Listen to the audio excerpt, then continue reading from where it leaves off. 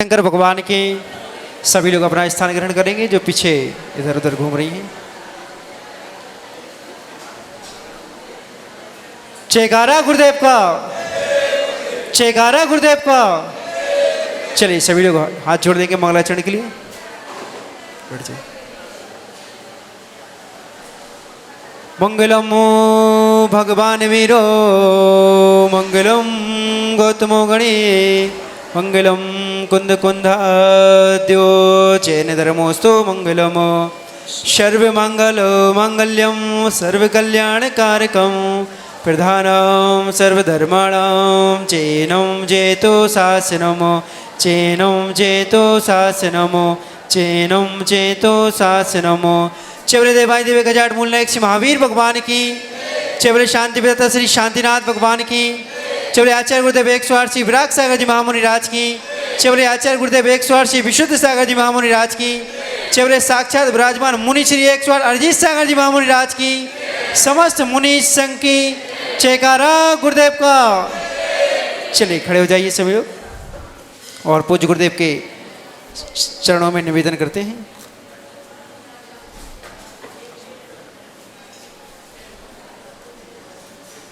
हे गुरुदेव, आप अपने मुखारविंद से अमृतमयी पावनमयी ज्योतिर्मय द्वादशांग जनवाणी माता का रसपान कराकर हम लोगों के जीवन का कल्याण कीजिए। हे गुरुदेव, नमोस्तु नमोस्तु नमोस्तु। जयकारा गुरुदेव का। ओम नमः सिद्धेभ्यः।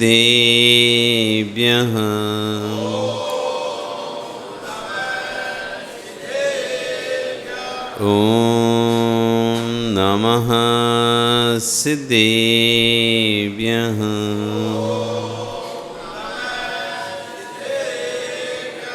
ओम नमः सिद्धेभ्यः।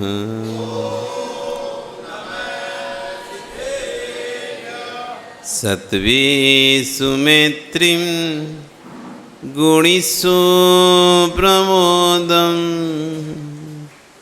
क्लिष्टेषु जीवेषु कृपापरतु माध्यस्थभावं विपरीतवृत्तं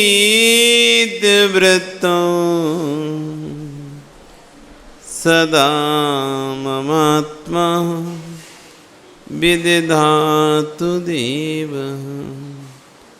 सदा ममात्मा विदधातु देवः। सदा ममात्मा विदधातु देवः। नमो अरिहन्ताणं नमो सिद्धाणं नमो आयर्याणं नमो वत्सायाणं नमो लोये सव्यसां। बोले अनंत अनंत से परमेष्टि भगवानी की, आदिरम आदिनाथ भगवानी की, वर्तमान शासन महावीर भगवानी की, आचार्य श्री 108 अमित गति स्वामी महाराज की, आचार्य वर्ष श्री 108 विश्व सागर जी महाराज की, अहिंसा में विश्व धर्म की। चवरीय मुनि श्री 108 अरिजीत सागर जी महामुनि राज की, समस्त मुनि संघ की जयकारा गुरुदेव का। बंधु, वर्तमान शासन है वर्धमान स्वामी के शासन में तीर्थंकर प्रभु की चरण विश्राम में बैठकर हम सभी जिन देशना का श्रवण कर रहे हैं, आचार्य प्रवर अमित गति स्वामी महाराज जहाँ आत्मा की शुद्धि का मार्ग बता रहे हैं, वहीं आचार्य विश्व सागर जी महाराज उसका व्याख्यान करते हुए कह रहे हैं, सामायिक में पाठ चलता है, एक बार सामायिक पाठ हो गया तो किसी की निंदा आलोचना के परिणाम हो ही नहीं सकते। सामायिक में पाठ करते हैं ना अपन, तो आचार्य एक बार सच्चा सामायिक पाठ हो गया, सामायिक पाठ पढ़ा जाता है, तो आचार्य बुआ ने यहाँ पर कह रहे एक बार भी तुमने सामायिक पाठ ढंग से पढ़ लिया तो किसी की निंदा आलोचना नहीं कर सकते। निज निंदा करो, जो पर निंदा करता है वह सम्यक दृष्टि नहीं होता है। जो स्वयं की निंदा करता है वही सम्यक दृष्टि होता है। निंदा, गर्हा, आलोचना कल बताया था, 3 चीज़ें बताई थी, निंदा, करहा, आलोचना, और अंत में होता है प्रतिक्रमण। पहले निंदा करो, स्वयं साक्षी पूर्वक निंदा, पर साक्षी पूर्वक गर्हा और गुरु साक्षी पूर्वक आलोचना। ये निंदा, गर्हा, आलोचना के बाद आता है प्रतिक्रमण। तो आचार्यवन करें आत्मा की शुद्धि के मार्ग को कहते हैं प्रतिक्रमण। जिससे आत्मा की शुद्धि हो ऐसा मार्ग प्रतिक्रमण कहलाता है। श्रवण परंपरा में प्रतिक्रमण एक शाश्वत परंपरा है। जब किसी का किसी प्रकार के व्रतों में अतिक्रमण हो जाता है तब उसका प्रतिक्रमण किया जाता है। अतिक्रमण सोचते ना, अपने क्षेत्र से अधिक वस्तु ग्रहण कर लेना। आपकी क्षेत्र था इतना और आपने यहाँ तक अपना बढ़ा लिया, ये हो गया अतिक्रमण।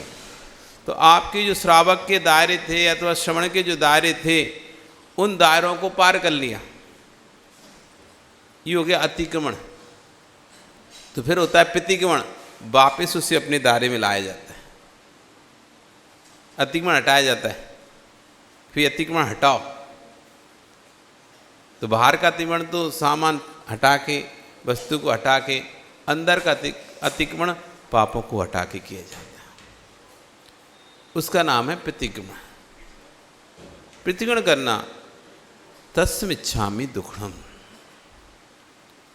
मेरा ये पाप प्रभु मिथ्या होवे, मेरा पाप मिथ्या होवे। आलोचना की थी, पहले निंदा की थी, मैंने बहुत गलत किया, अंदर ही अंदर ग्लानि भाव आ रहा था। फिर सबके सामने बोला कि मेरे मुझसे ये गलती हो गई। फिर गुरु के पास गए, गुरु के पास जाके बोले कि गुरु महाराज मुझसे ऐसी ऐसी गलती हो गई। तो गुरु महाराज से कह रहे चलो प्रतिक्रमण करो, प्रतिक्रमण करो, बोलो तस्मिच्छामि दुक्खड़म, हे प्रभु मेरा पाप मिथ्या हुए। फिर आएगा प्रत्याख्यान, त्याग करो, आगे से ऐसा नहीं करूंगा। एक शुद्धि के लिए, एक पाप की शुद्धि के लिए कई प्रक्रियाओं से गुजरना पड़ता है। हमको ऐसा लगता है बस महाराज जी ये गलती हो गई, प्रायश्चित दे दो, ऐसे नहीं होता। प्रोसेसिंग होती है। जैसे एक फाइल भी, लोन भी पास कराना होता है आपको बैंक का, उसकी प्रोसेसिंग होती है, कहाँ से चलेगा, कैसे कैसे किस प्रक्रिया से जाएगा। एक पासपोर्ट भी आप बनवाते हो तो उसकी प्रोसेसिंग होती है, वेरिफिकेशन के लिए आएगा। आप जमा करो, वेरिफिकेशन होगा, फिर इसके बाद ऐसा होगा, फिर वैसा होगा, फिर आपके फिंगरप्रिंट लेंगे, फिर आपके आँख के वो रेटिना का लेंगे, फिर आपके सिग्नेचर लेंगे, सब होगा, क्रम से होगा। ऐसी सीधे जाके कह दो हमें पासपोर्ट दे दो, दुकान पे मिल रहा है क्या, ये खरीद लाओ जाके। क्रमिक क्रमिक, इसलिए जैन दर्शन में क्रमिक विकास का दर्शन है। क्रम से भगवान भी बनना है तो पहले सम्यक दृष्टि बनो, सीधे भगवान नहीं बनेगा। पहले सम्यक दृष्टि बनो, फिर अणुवृत्ति बनो, फिर महावृत्ति बनो, फिर धीरे धीरे ध्यान की पराकाष्ठा में पहुंचो, तब जाके कहीं बन पाओगे भगवान। एकदम भगवान कोई नहीं बन रहा। क्रमिक विकास, ऐसी पापों का प्रक्षालन करना है। पहले निंदा करो, गर्हा करो, आलोचना करो, प्रतिक्रमण करो, प्रत्याख्यान करो, उसका फिर आगे मिलेगा प्रायश्चित। इतनी प्रक्रिया से गुजरने के बाद आता है प्रायश्चित। हम सारी प्रक्रिया को गौण करके सीधी पहली प्रक्रिया आ जाते हैं प्रायश्चित। प्रायश्चित दे दो। आत्मग्लानि हो रही है क्या, वो तो नहीं पता। आत्मग्लानि हो रही है वो तो नहीं पता, बस हमसे मर गया। सीधी कितनी अच्छी बात जल्दी से बोल देते, मर गया हमसे जीव, एक जीव मर गया हमसे, बस बस इतने बोल के नहीं, कोई फील ही नहीं हो रहा कि जैसी पीड़ा उसको हुई, कैसे तड़पा होगा, मैंने कितना बड़ा पाप किया, वो भाव वासने नहीं होती हमको, बस मर गया। तुम्हारे ने तो कह दी बस मर गया। इतने से कहने से क्या उसके दर्द, उसका पीड़ा का अनुभव तुम्हें हुआ है क्या? हमने उसको बोला, उसको बुरा लग गया, महाराज जी क्षमा कर दो। अरे आप उसकी पीड़ा का पहले अनुभवन करो, उसके बाद फिर प्रायश्चित मांगना। पहले अंदर वेदन करना पड़ेगा। निंदा का मतलब ये होता है आत्मग्लानि हो रही है, उसे वेदना, बहुत अंदर से पीड़ा हो रही है कि मैंने बहुत गलत किया, तब जाके गर्हा करेगा, तब जाके आलोचना करेगा, तब जाके प्रतिकोण करेगा, तब प्रत्याख्यान करेगा, उसके बाद आएगा प्रायश्चित। आचार्य कह रहे हैं कि निज की आलोचना, निज की निंदा, निज निंदा को स्वीकार कर पाना, निज के दोषों को स्वीकार कर पाना विश्व का बहुत बड़ा चमत्कार है। गलती को गलती स्वीकार कर लेना, दोष को दोष मान लेना, यानी इससे बड़ा कोई प्रायश्चित नहीं होता है। पहले सबसे अपनी गलती को गलती तो स्वीकार करो, बाकी के प्रायश्चित बात के विषय हैं। सबसे बड़ा प्रायश्चित है चित्त की शुद्धि।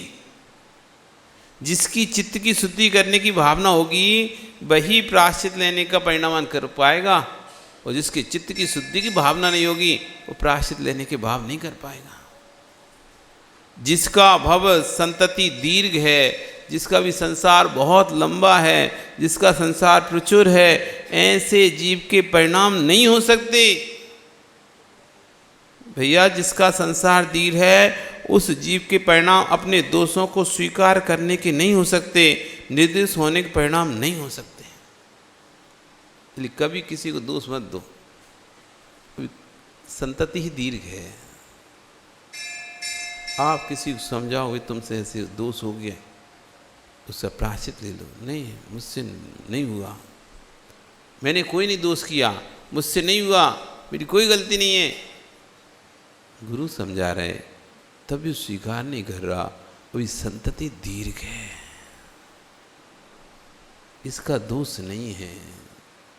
संसार जिसका अल्प होगा वही गुरु की बात को स्वीकार कर पाएगा। जिसका संसार दीर्घ है, आशय करके जिसका संसार दीर्घ है वो पाप में ही मस्त है, पाप में ही आनंदित है। आद रोध ध्यान जिसका स्वभाव बन चुका है, ऐसे जीव के कभी प्रायश्चित लेने के परिणाम नहीं होते हैं। ये तो उसी क्षण समझ में आता है। दोष होते ही अंतरंग में शोधन की भावना आ रही है तो समझना भवितव्यता पवित्र है। गलती होने के बाद अंदर से फील होने लगता है व्यक्ति को गलती हो गई, सही करना पड़ेगा। गुस्सा आने के बाद आपको क्रोध आए, और क्रोध आने के बाद थोड़ी आप क्रोध कर भी लो, उसे अरे गलती कर ली, मुझे नहीं करना चाहिए, तस्वीर क्षमा देखो, माफ़ी मांगूंगा। ऐसे भाव आते कि नहीं आते हैं? कुछ भी कार्य करने के बाद अपनी गलती है महसूस होने पर नहीं नहीं नहीं नहीं बहुत बड़ी गलती हुई मुझसे, मुझे इसका प्रायश्चित करना ही होगा, मुझे इसका प्रायश्चित करना ही है। कोई देखे नहीं देखे लेकिन मेरी आत्मा तो मुझको देख रही है, कोई जाने ना जाने मेरी आत्मा तो मेरी जान रही है कि मुझसे दोष हुआ है। ऐसे भाव गलती करने के बाद तुरंत जिसके आ रहे हैं, आचार्य नियम से विभव्य है, किंचित शंका नहीं करना। एक माँ पूछे थी भव की पहचान कैसे कर सकते हैं, कोई थर्मामीटर है क्या? हाँ है थर्मामीटर, लगाओ अपने अपने अंदर थर्मामीटर। मेरी भवितव्यता यदि पवित्र है तो नियम से दोष करने के बाद दोष के प्रति गिलानी भाव आएगा। गलती करने के बाद गलती के प्रति गिलानी भाव आएगा, निंदा का परिणाम आएगा, गर्हा का आलोचना का परिणाम है, प्रायश्चित लेने के परिणाम आएंगे। यदि भवितव्यता पवित्र नहीं है तो कितना भी समझाओ, पत्थर जैसे पत्थर उतना पत्थर, कितना भी पानी डालो, कितना भी पानी डालो नहीं पिघलेगा, पिघली सिर्फ मिट्टी ही। पत्थर को पिघलते देखा क्या? नहीं देखा ना। लेकिन मिट्टी पे थोड़ा सा ही पानी पड़ता है, कितनी भी कठोर हो, कितनी भी कठोर मिट्टी हो, गर्मियों में जेठ के महीने मिट्टी सूख कैसे पत्थर जैसी हो जाती कठोर, कितनी भी कठोर मिट्टी हो, लेकिन जैसे ही पानी पड़ता है मुलायम हो जाती है। वो पत्थर को तो पानी में भी डाल के क्यों नहीं रखो, वो पत्थर ही रहेगा। आचार्य कह रहे भूल से दोष हो सकता है, भूल से दोष हो जाए कोई विकल्प मत करना, पर दोष हुआ है ये भूल मत जाना। भूल से दोष हो जाए कोई विकल्प नहीं करना, दोष हो जाएगा, भूल से दोष हो सकता है, लेकिन दोष हो गया है ये बात को मत भूल जाना। अगर ये भूल गए अब तुम कभी भगवान नहीं बन सकते। जिसको ये बोध रहता है कि मुझसे गलती हो रही है, ऐसा जीव ही एक दिन गलती को सुधारता है। गलती करना गलत नहीं, गलती तो होती रहती, लेकिन गलती को स्वीकार नहीं करना गलत है। गलती हो रही, नहीं मुझसे गलती हुई है। प्रायश्चित प्रत्याख्यान इसलिए तो दिए गए, साधुओं के लिए भी तो दिया गया है कि भाई साधु से भी गलती होती है, तभी प्रायश्चित करो, प्रतिकोण करो, प्रत्याख्यान करो। अगर नहीं होती तो उनके लिए जरूरत नहीं पड़ती। रोज प्रतिकोण करवाया जाता है, दिन में 2-2 बार प्रतिकोण करवाया जाता है, 2-2 बार प्रायश्चित लिया जाता है गुरु से, सुबह अलग शाम को अलग। रोज गलती करते हैं नहीं भाई, जैसे घर है, घर को रोज सफाई करते हैं, कितना भी सफाई करो घर को, लेकिन फिर भी सुबह झाड़ू लगाओगे तो कचरा निकलेगा, शाम को झाड़ू लगाओगे तब भी कचरा निकलेगा।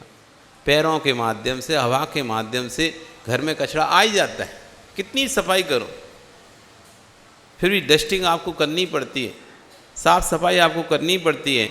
ऐसी आप कितने भी स्वच्छ हो, लेकिन कोई ना कोई परिणाम, कोई ना कोई भाव ऐसे हो ही जाते हैं जो आपके श्रवणत्व को घातक होते हैं, इसलिए स्वयं शाम प्रतिकोण कराया जाता है।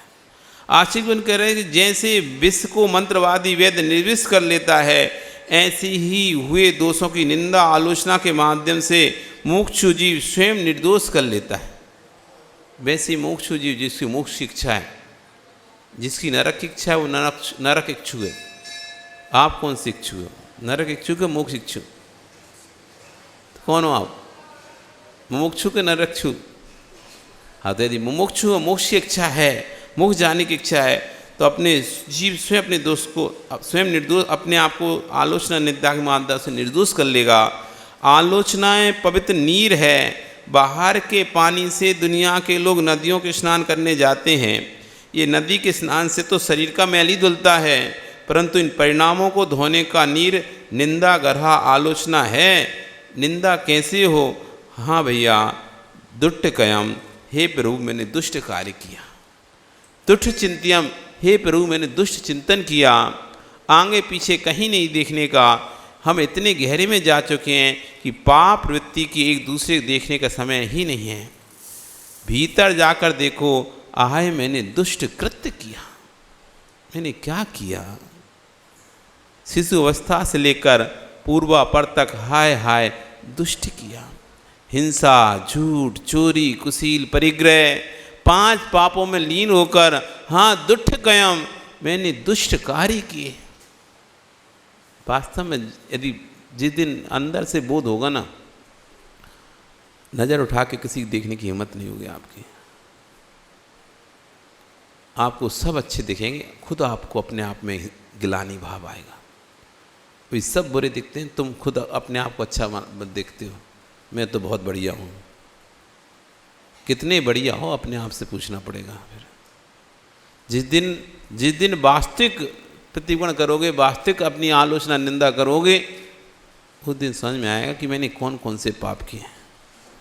एक दोष को बचाने के लिए ना जाने कितने दोष किए हैं।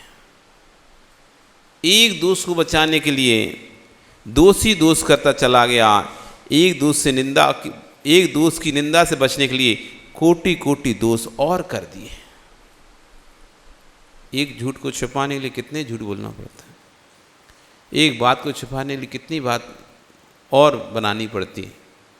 यह आप अनुभव है कि नहीं? आप लोगों को अनुभव है कि नहीं ये इस बात का?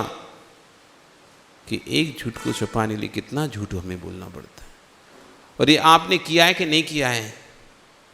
कई बार अपने जीवन में कई बार ऐसे क्षण आए हैं आपके जब आपको अपने एक असत को छुपाने के लिए 4 असत और बोलने पड़े, एक मायाचारी को छुपाने के लिए 4 मायाचारी और करनी पड़े, एक चोरी को छुपाने के लिए 4 चोरी और करनी पड़ी, एक अब्रह्म को छुपाने के लिए अनेक प्रकार से और अब्रह्म में परिवर्तन करना पड़ा। सबके जीवन में आते हैं, कोई साहूकार नहीं है। हम साहूकार दिखाते हैं अपने आप को, लेकिन कोई साहूकार नहीं है। सब अंदर में झांकेंगे, सब चोर हैं। चोर ही नहीं, डाकू है, डाकू। चोर से भी कोई बड़ा होता है तो उसका नाम होता है डाकू। सब डाकू हैं। एक असत को छुपाने के लिए कोटि कोटि असत का प्रयोग करना पड़ता है। एक असत छुपाने के लिए असत्य का ही आलम्बन लेना पड़ रहा है। पर ध्रुव सत्य है कि अग्नि को छुपाने के लिए रुई को लपेटा, कार्यकारी नहीं होता। अग्नि को रुई से छिपाएगा तो अग्नि और धधक जाएगी। ऐसी दोष को छिपाने, दोष को दोष से छिपाना चाहता है तो निर्दोष परमात्मा कब बन पाएगा? और ज़्यादा दोषी हो जाएगा। जैसे अग्नि को छिपाने के लिए कोई ने रुई लगा दी, दिखे नहीं आगे, उससे क्या होगा? पहले तो तीली में ही थी, अब आग का रूप धारण कर लेगी धीरे धीरे। ऐसे ही एक दोष को छुपाने के लिए दूसरा दोष करते हैं तो कह रहे हैं दोष से दोष नहीं छुपता है, रुई से कभी अग्नि नहीं छुपती है और धधक जाती है। ऐसी दोष से दोष जब छुपाते हैं तो कहते हैं निर्दोष परमात्मा फिर और कभी नहीं बन पाते। और उसके ऊपर लेप चढ़ गया। हाँ, दुट्टकयम, ये स्पष्ट स्वीकार किया जाए। एक अज्ञानी ने काम कसाय के आवेग में आकर व्यभिचार जैसा घोर पाप कर लिया। वो तो एक घोर पाप कर ही लिया, पर हे अज्ञानी, तूने क्या किया? उस जीव के टुकड़े करा करा कर फेंक दिए। हे पापी, तूने पाप पर भी घोर पाप किया। एक पाप कि उसका असंयम सेवन का किया। यदि असंयम सेवन कर भी लिया था तो जीव को जन्म दे देता। हो सकता था कोई ऐसा महापुरुष जन्म ले लेता जो भविष्य में जिन शासन को जयवंत करता। मतलब आपने असंयम सेवन किया, अब गर्भ ठहर गया, हमें अभी बच्चा नहीं चाहिए। पहले तो भोग भोगे, भोग भोगने के बाद अब गर्भवती हो गई माँ तो कह रहे हमें अभी संतान नहीं चाहिए। क्या करें? एबॉर्शन करा था। आज क्या हो रहा है? शादी के बाद 4 साल तक संतान नहीं चाहिए। भोग तो ऐसा नहीं है कि भोग नहीं रहे हो, भोग तो भोग रहे हैं। और कुछ हो भी गया, संतान ने गर्भ में धारण कर भी लिया, एबॉर्शन करवाओ, दवाई खाओ। इतनी जल्दी माँ नहीं बनना। अभी तो हमारे भोगों के दिन हैं, बच्चे को कहाँ संभालेंगे? एबॉर्शन करवा देते हैं, दवाई खा लेते हैं, टुकड़े टुकड़े करवा देते हैं। तो आज क्या कह रहे हैं? एक व्यभिचार तो तुमने ये किया कि भोग भोगा, अब दूसरा पाप क्या कर रहा है? संतान के टुकड़े करवा कर फेंकवा रहा है। हे पापी, आचार्य मुनि कह रहे हैं असंयम का सेवन कर भी लिया था तो कम से कम जीव को जन्म दे देते। हो सकता था वो जीव कोई ऐसा महापुरुष जन्म लेता जो भविष्य में भगवान जिन शासन को जयवंत करता, तुम्हारा नाम रोशन करता। तुम एक भगवान के टुकड़े करा के फेंका दिए। किसी ना जाने वो संतान जन्म लेके साधु बनती, तुमने एक साधु के टुकड़े करा के फेंका दिए। परंतु क्या किया? आज एक जमाना चल रहा है, 2 बेटे देख रहे हैं या 2 बेटा दिख रहे हैं या 1 बेटा दिख रहा है, बस 1 संतान दिख रही है, नहीं तो 2 संतान। इससे ज़्यादा संतान दिख ही नहीं रही। इसका तात्पर्य ये नहीं समझना कि तूने 1 बार या 2 बार ही पाप किया है। वे लोग अच्छे थे भैया, बुरा लगे तो क्षमा कर देना, आचार्य कह रहे हैं, और लगे तो लग जाए। हमें क्या है? हमें कौन सा टपरी बना के रहनी है? हमें तो दीपावली के बाद चले जाना है। भैया तैयारी कर लो विपिन, ओ ललित, दीपावली बाद बिहार कराने की अपने कौन सी टपरी बना रहे हैं? बुरा लगे सो तुम्हें लगे? ये लोग सोचें हमें तो यहीं रहना है, मिल के रहें इनसे। तुम लोग सोचो कि तुम्हें तो यहीं रहना है, हम तो बुराई बोल नहीं लें। भाई अपने कोई नहीं है, तुम्हें अपने तो रहने ही नहीं है। बुरा भी लगे तो अपन तो निकल जाएंगे। तुम ही लोग रहो, एक दूसरे की ढांकते रहो। क्यों? क्योंकि बुरा नहीं बनना तुम्हें। तो आश्चर्य कर रहे हैं कि भैया बुरा लगे तो क्षमा करना, और लग जाए तो लग जाए। हमें कौन सा यहाँ पे टपरिया बना के रहना है तुम्हारे? वे पुराने बुजुर्ग अच्छे थे जिनके घर में कम से कम 10-10, 5-5 संतानें होती थी। वे बुजुर्ग अच्छे थे, 10-10, 5-5 संतान होती, कम से कम पाप के बाद पाप तो नहीं करते थे। पाप के बाद पाप तो नहीं करते थे, संतानों को मारते तो नहीं थे। वे संतानें सनातन धर्म को आगे बढ़ा रही हैं। आज एक जो 10-10 संतान पैदा हुई, 5-5 हुई, उनसे धर्म बढ़ा ही है कि कम हुआ है? धर्म बढ़ा ही है। क्या तुमने धर्म आगे बढ़ा ही रही हैं? क्या तुमने ही देश का ठेका ले रहा है कम संतान पैदा करने का? देश की जनसंख्या तुमसे ही कम होगी क्या? ये जनसंख्या बढ़ रही है तो तुमने ही ठेका ले रहा है कि जनसंख्या कम करने का। यदि संतान नहीं बचेगी तो सनातन धर्म कहाँ से चलेगा? संतान ही नहीं होगी तो सनातन धर्म कहाँ से चलेगा? पुनः घर परिवार भरा पूरा सुंदर होता है। यदि आपके अंदर धर्म है तो बहुत अच्छा है कि असंयम का सेवन ही मत करो, लेकिन असंयम का सेवन करो। यदि संतान गर्भ में आ जाए तो उसे फिर मारो मत। बहुत अच्छी बात, असंयम का सेवन मत करो। अगर असंयम का सेवन करते हो और संतान गर्भ में आती है फिर उसको मारो मत, उसके टुकड़े मत करवाओ। ब्रह्मचर्य के साथ जियो, और नहीं जी पा रहे तो संतान को जन्म दो। या तो ब्रह्मचर्य के साथ जियो, नहीं जी रहे तो फिर संतान को जन्म दो। पाप के बाद पुनः पाप मत करो। एक बार असंयम के सेवन में 9 कोटि जीवों की घात होता है। अब सोचो हमने अपने जीवन में कितना बार असंयम किया है, क्या क्या किया है, और कितने जीवों का घात किया है। एक बार के संयम में 9 करोड़ जीवों की हत्या होती, 9 करोड़ जीवों की। तो कितनी बार असंयम किया है, कितनी बार असंयम, कितने करोड़ों जीवों की हत्या की है। अभी अपने आप को समझ लेते हैं हमने तो कोई जीव का घात नहीं किया। कम से कम जिनालय में अरिहंत देव के पादुल में बैठ कर के प्रतिमूर्त कर लिया करो कि स्वामी हाँ दुष्ट कयम, मैंने दुष्ट कृत्य किया है, खोटा कृत्य किया है।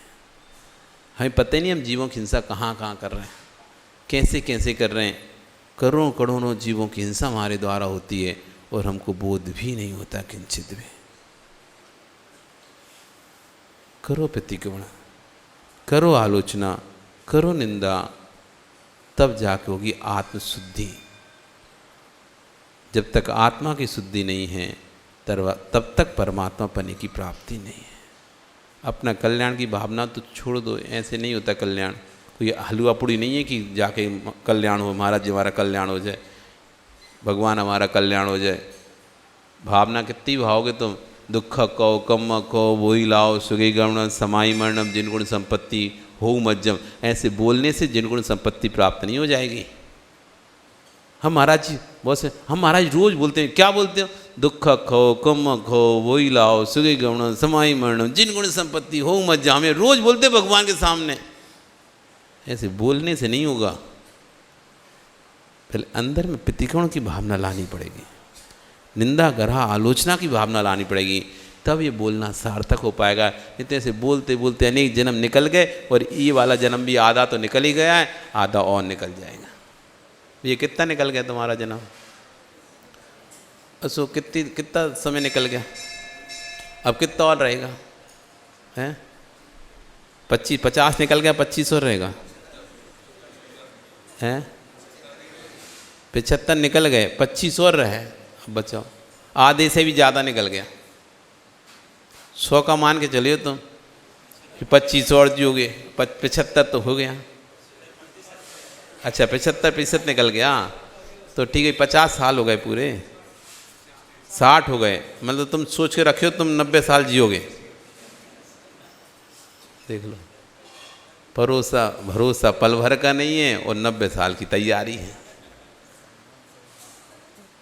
सामान 90 साल का और भरोसा पल भर का नहीं। तो ठीक है, तुम 90 साल की भी उम्मीद लगा के रखो अपने जीने की, कोई दिक्कत नहीं है। अब 30 साल बचे, अब क्या क्या करना है 30 साल में? तुम्हें संसार का जितना करना था वो तो तुमने कर लिया। अब मोक्ष मार्ग का 30 साल में कितना कर पाओगे?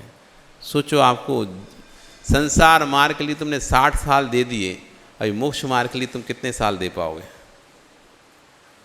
ये तो संसार मार्ग तुम्हारा ख़त्म ही नहीं हुआ है। मोक्ष मार्ग चालू कब होगा? वो कितना समय दे पाओगे? वो जब तक बच पाओगे कि नहीं बच पाओगे? अपनी निंदा अगर आलोचना कर पाओ नहीं कर पाओगे। इतने वर्षों तक नहीं कर पाए, क्या अब कर पाओगे कि नहीं कर पाओगे? बड़ा मुश्किल होता है। समय जल्दी जल्दी साफ़ सफाई करते रहो तो सफाई करने में समय नहीं लगता, और थोड़ा दिनों तक सफाई छोड़ दो तो धूल ज़्यादा जम जाती, मेहनत ज़्यादा लगती, फिर चिपक जाती, ज़्यादा मेहनत लगती, ज़्यादा मेहनत लगती। इसलिए जल्दी जल्दी अपनी आलोचना प्रतिगुण प्रत्याख्यान करते रहा करो, आलोचना करते रहा करो, प्रायश्चित लेते रहा करो। जमेगी नहीं तो धूल जम गई ज़्यादा गहरी तो परत की परत जम जाएंगी, फिर साफ करना बड़ा मुश्किल हो जाएगा। उसका समय हो गया। कल फिर आओगे, पर्याय रही तो आचार्य भगवान और चर्चा करेंगे। बोली भगवान महावीर स्वामी की।